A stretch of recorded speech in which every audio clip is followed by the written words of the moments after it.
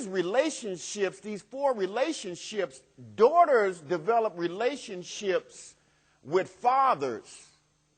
And they often say that the relationship between a daughter and a father is without parallel. Just like the relationship between a son and a mother is without parallel. What happens when you have a daughter that's being raised by a mother with no father in sight? She misses something. When you have a daughter and a son show up and they become brothers and sisters, they learn things as brothers and sisters, which is the prerequisite for later relationships. If the brother and the sister aren't getting along, there's going to be some problems later in life. Because I also teach a lesson on the science of marriage. Now, some may say, well, why you been without a wife for 26 years? Because I've been trying to get myself in shape. It wasn't my wife that was the problem. I was the one that was in the relationship.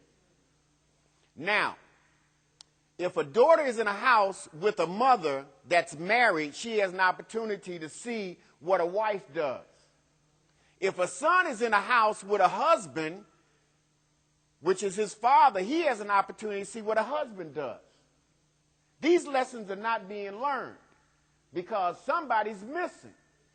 And even the person that's in the house calling themselves a wife or a husband or a mother and father oftentimes could be eligible to receive an Academy Award for the best performance trying to be a mother, father, husband, and a wife.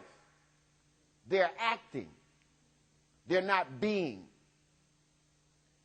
Anybody in the room over the age of 40 may have had an opportunity to be raised in a household where you had a mother and a father and a husband and a wife. What our young people, I call this old school when I'm working with young people in the schools. I call it old school because sex is really supposed to be reserved for marriage. The normal behavior has drifted to the right and become the norm and become abnormal. See, brothers and sisters in our society today that are 13, 14, and 15 years old